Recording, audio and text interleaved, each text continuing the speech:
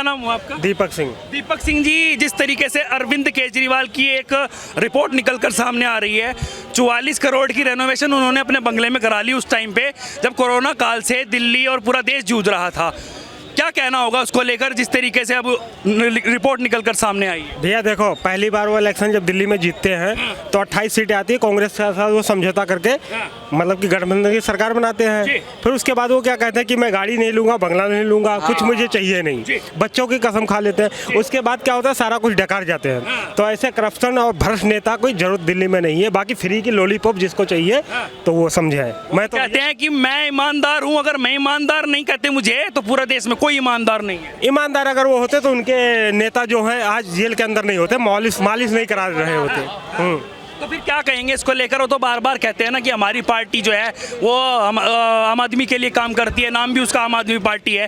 तो आपको नहीं लग रहा जिस तरीके से अब खबरें निकलकर सामने आ रही है, कह रहे हैं कि मोदी जी डर रहे हैं, इस वजह से हमारे खिलाफ इस तरीके का एजेंडा चला रहे हैं? बिल्कुल ऐसा कुछ नहीं है। और 2-4 स्कूल आपने चमका लिया भैया, 2-4 हॉस्पिटल चमका लिया, तो उसका मतलब यह न समझो कि आपने पूरा दिल्ली संभाल लिया। देखो उत्तर प्रदेश में 25 करोड़ की आबादी है, योगी जी अकेले संभाल रहे हैं और हर राज्य में उनकी मांग है, तो उनके मॉडल पर उनको काम करना चाहिए। आज क्या है, चांदनी चौक में आप जिस जगह खड़े हो, ये चांदनी चौक पहले से यहाँ डेवलप है, केंद्र सरकार ने यहाँ डेवलप कर रखा है, तो उनका यहाँ कहीं मतलब कि केजरीवाल ने यहाँ कुछ नहीं किया चांदनी चौक में। बाकी आप और जगह जाके देख लीजिए कितना काम किया, आपको पता लग जाएगा। लेकिन वो तो कह रहे थे कि कोरोना काल में ऑक्सीजन नहीं है, लेकिन 44 करोड़ रुपए की रेनोवेशन हो रही थी बंगले में, केंद्र से पैसा मांगा जा रहा था, तो उस पर क्या कहना होगा? भैया केंद्र ने पैसा दिया, उनको सारे डकार गए, उसमें क्या है? भ्रष्टाचार सब उनके नेता भरे पड़े हैं, सब कुछ डकार गए। क्या नहीं दिया केंद्र ने? ठीक है, सब कुछ दिया, ऐसा कुछ नहीं। और अगर केंद्र नहीं देती फ्री वैक्सीन किसको नहीं लगता? लगा है सबको, पूरे देशवासियों को फ्री वैक्सीन लगा हुआ है। वो तो कहते हैं ना कि हमारी पार्टी तो कट्टर ईमानदार पार्टी है, और अपने आप को भी कट्टर ईमानदार कहने से थोड़ी होगा भाई साहब, साड़ी फेंकट थोड़ी लेके घूम रहे हो। क्या लग रहा है आपको जिस तरीके से कट्टर ईमानदार बार बार बताने वाले, अब उनकी एक रिपोर्ट से खुलासा हुआ है कि 44 करोड़ रुपए की रेनोवेशन उन्होंने अपने बंगले में करा दी, कई लाख के पर्दे वहां पर लगे हैं। क्या लग रहा है आपको, जो कहते थे कि मैं बंगला नहीं लूंगा, गाड़ी नहीं लूंगा, अपने बच्चों की कसम खा रहे थे, अब ये जो है निकलकर सामने आया रिपोर्ट के मुताबिक, क्या कहेंगे उसको लेकर? देखिए, ये प्रारंभ हुए तो लोकपाल बिल से, ठीक है ना। पहले तो अन्ना जी का गन्ना तोड़ के फेंक दिए, अन्ना जी का पता ही नहीं कहाँ है बेचारे, ठीक है ना। बाद में इतना उनका मानसिक रूप से वो दिवालिया हो गए, ममता का समर्थन कर रहे जाके, ठीक है ना। ये आए थे आम आदमी बन करके, पहली बात तो ये आम आदमी थे नहीं, ठीक है ना। जो बड़े बड़े अधिकारी रहे हो, है ना, वो आम आदमी जीवन रहना बहुत आसान, कहना आसान है भैया, चप्पल पहन के घूमना आसान काम है, लेकिन बिना एसी के रह के दिखाएं, एसी की तेजी हो जाएगी। कहते हैं जनता इतना प्यार दे रही है कि हमारी पार्टी राष्ट्रीय पार्टी बन गई है, बार बार दिल्ली जिताती है, एमसीडी में भी जिताया है। देखिए, जो बिल मांगने वाले थे ना, वो बेल मांगने पे आ जाएंगे, ठीक है ना। कट्टर ईमानदार लोग जो है ना, इतने कट्टर ईमानदार है कि जो है ना, अब इनको इतनी सुरक्षा व्यवस्था बड़ी तिहाड़ में पड़े हैं 4-4 मंत्री, है ना। इनके पार्षद सांसद सारे में मिलेंगे। थोड़ी कुछ ही देर की खामोशी है, फिर कानों में शोर आया है, फिर कुछ ही देर की खामोशी है, फिर कानों में शोर आएगा। इनका वक्त आया था, अपना दौर आएगा। अच्छा, वो तो कहते हैं कि अगर अरविंद केजरीवाल ईमानदार नहीं तो पूरा देश में कोई ईमानदार नहीं।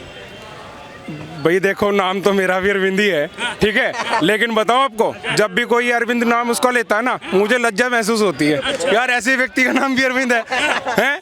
वो कहाँ तो महर्षि अरविंद, कहाँ आर्यवीर अरविंद, ठीक है ना। कुछ लोग कहते मेरे को केजरीवाल में ना, भाई साहब बात सुने, कोने में ले जाके 4 जूते मार ले, केजरीवाल मत कह दियो, केजरीवाल मत कह दियो, वो गद्दार है, ठीक है। मैं राष्ट्रवादी व्यक्ति हूँ, मैं अपने देश की एक पाई के लिए कट मर सकता हूँ, अपने देश की जनता के लिए कुछ भी कर सकता हूँ। गद्दार कैसे है? वो पीएम को गद्दार कहते हैं, आप उनको कह रहे हैं, तो क्या लॉजिक है? बता रहा हूँ ना, देखो कट्टर ईमानदार, अब कहाँ कट्टर ईमानदार, एक चतुरनार करके सिंगार अपने ही जाल में फंस जात, है ना भैया। ये हमें तो डर लगता है इस जय आंदोलन से कोई विकल्प निकलेगा, कहीं वो गलत ना हो जाए, अपने आप गलत हो गए, है ना। कहाँ तो ये लोग कहते हैं कश्मीरी हिंदुओं को हमने नौकरी दी, फिर कह रहे ये जो वहाँ जेनोसाइड हुआ नहीं, वहाँ से कोई लोगों का वो नहीं हुआ, लोगों को मारा नहीं गया, फिर 2000 लोगों को नौकरी कैसे दे दी? यहाँ आकर के जो है लोगों को बुद्धिस्ट की संकल्प दिलाते हैं, हम विष्णु को नहीं मानेंगे, ब्रह्मा को नहीं मानेंगे। गुजरात में जाकर कहता है नोट के ऊपर जय लक्ष्मी गणेश की फोटो लगाओ। क्यों दोगलापंथी करते हो भाई? केजरीवाल जी कश्मीर को पहले भी बोले हैं वो कि अलग कर देना चाहिए केजरीवाल। हिंदू नहीं है भाई। अच्छा, हाँ, कौन है फिर? कम्युनिस्ट। हमारे बड़े भैया बताएंगे। अच्छा, ये बता देंगे। भैया ये लोग दोगले लोग हैं, है ना। हम ही सो गए दास्ता कहते कहते, बड़े ध्यान से सुन रहा था जमाना। प्रचार से प्रारंभ हुआ था, प्रचार पे खत्म हो जाएंगे, ठीक है ना। कितना हुआ स्पोर्ट यूनिवर्सिटी दिल्ली बोले जीत के आना, इतने बड़े बड़े होल्डिंग, इतनी बड़ी बड़ी चीजें, इतना प्रचार। दिल्ली में कोई स्पोर्ट्स यूनिवर्सिटी नहीं है। अगर इतना पैसा वो प्रचार में लगाया, इतना पैसा लगाते तो दिल्ली में स्पोर्ट यूनिवर्सिटी बन जाती, ठीक है ना। इन्होंने क्या काम कहते हैं कि जो जनता का पैसा मेरे पास आता है, मैं सम्मान के साथ उनको वापस करता हूँ, टैक्स का पैसा। कहाँ, वैसे तो काम नहीं करते, वैसे नहीं बोलना चाहिए। मैं धर्म विशेष के बारे में बोलता नहीं हूँ, लेकिन बात आ गई है टैक्स के पैसे की बात। वैसे तो पैसा मोदी जी काम नहीं करने दे रहे, ये काम नहीं करने दे रहे, पैसे नहीं है, ये नहीं है। LG फाइल रोक देते है ना, फाइल रोक देती है LG, ये कर देते हैं। वक्फ बोर्ड के उस पर मंच पे जाती है, वहाँ कहते हैं दिन रात हम तुम्हारे साथ खड़े हैं। वहाँ कैसे, कहाँ से आ गए भाई पैसे? वहाँ पैसे कहाँ से आ रहे हैं बताओ ना हमें। तो कट्टर ईमानदार लोग तो जो ना, कट्टर घोटालेबाज, कट्टर जय निकम्मे, कट्टर चोर, जो भी कहा जा सके। मेरे पास शब्द नहीं है, मेरी भी एक मर्यादा है, ठीक है ना। मैं सामाजिक कार्य में ऐसे शब्द नहीं बोल सकता, लेकिन इन लोगों के लिए जितने छोटे से छोटे शब्द बोले जाएं वो कम है। ये खुद चोर है। अब बिल लेके आए ना, लोकपाल बिल, अभी बेल मांगने में मजबूर हो जाएंगे, बेल नहीं मिलेगी इनको। अच्छा है, तो ऐसा होगा। क्या नाम हुआ भाई साहब आपका? MK दास। MK दास जी, क्या लग रहा है जिस तरीके से अरविंद केजरीवाल कहते हैं कट्टर ईमानदार हूँ, बंगला नहीं लूंगा, गाड़ी नहीं लूंगा, तमाम ऐसी सुख सुविधाएं नहीं लूंगा। देखिए पॉलिटिक्स में क्या है ना कि कोई दूध का धुला है नहीं, लेकिन अगर काम अगर देखा जाए बाकी और सारे स्टेट्स के देखा जाए तो यहाँ दिल्ली में अगर स्कूल देखे जाएं, हॉस्पिटल देखे जाएं, और ये चांदनी चौक ही देख लीजिए 5 साल पहले क्या हाल था चांदनी चौक का। तो काम तो किया है उन्होंने, ऐसी बात नहीं है। अब we must appreciate the right thing. हाँ, लेकिन ये है कि अब जितना ईमानदार कोई कहता है। अगर मैं बात, आप कह रहे हो कि चांदनी चौक की, एक मिनट मेरी बात सुन लीजिए। दिल्ली केंद्र शासित प्रदेश है। आप अगर चांदनी चौक की बात कर रहे हैं या किसी और जगह की बात कर रहे हैं, तो मैं ये काम केजरीवाल का मानूं या मोदी का मानूं, केंद्र का मानूं या राज्य का मानूं? नहीं, केंद्र का तो इसमें फाइनेंस का बजट का जहाँ तक है वो दिल्ली सरकार का ही है। 70% तो वही करती है ना केंद्र सरकार। तो 70% इसलिए करती है कि 100% यहाँ से टैक्स भी तो केंद्र सरकार को जा रहा है ना। GST का सारा पैसा जा रहा है, तो 70%। कितने लोग बिल कटाते हैं? मैं पढ़ा नहीं हूँ, आप पढ़े लिखे हो, आप जवाब दो कितने लोग बिल कटाते हैं? GST एक ऐसा प्रावधान लाया है मोदी जी ने।